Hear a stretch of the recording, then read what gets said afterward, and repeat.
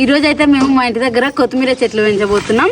చాలా మందికి అది ఎట్లా పెంచాలో తెలిసే ఉంటుంది. మేమైతే ఇంకా చాలా సింపుల్గా పెంచుతాం. ఎలానో చూడండి. సో ఈ కొరియాండర్ సీడ్స్ తోటే మనం కొత్తిమీర చెట్లు పెంచవచ్చు అనమాట. వీటిని స్ప్లిట్ చేసుకోవాలి. ఇట్లా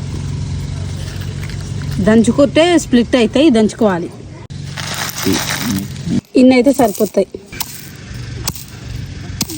సో ఇట్లా స్ప్లిట్ చేసుకోవాలి. కొంచెంసేపు ఇట్లా నానబెట్టుకోవాలి. అప్పుడే మంచిగా తొందర మొలకెత్తుతాయి అన్నమాట.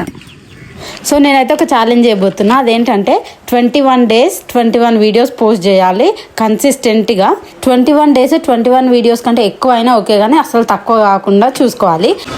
సో లెట్స్ సీ అసలు నేను వీడియోస్ పోస్ట్ చేస్తానో చెయ్యను. కింద పెడితే కోళ్ళన్నీ తింటున్నాయని ఇట్లా ఒక వేస్ట్ ఆయిల్ డబ్బాను కట్ చేసి అందులో పెడుతున్నాం.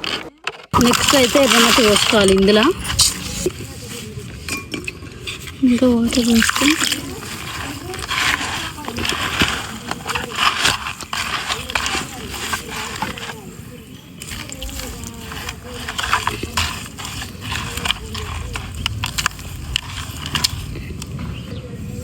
సీడ్స్ కూడా ఇందులో పెట్టు సార్.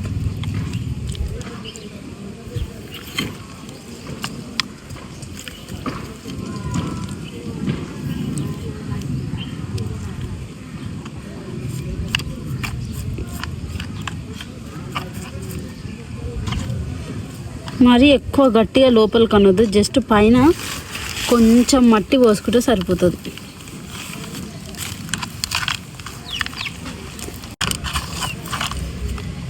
ఇంకంతే. ఇంకా పైన కొంచెం వాటర్ స్ప్రింకిల్ చేసుకోవాలి. ఇదైతే ఎన్ని డేస్లో మొలకెత్తుతుందో చూద్దాం. And bye.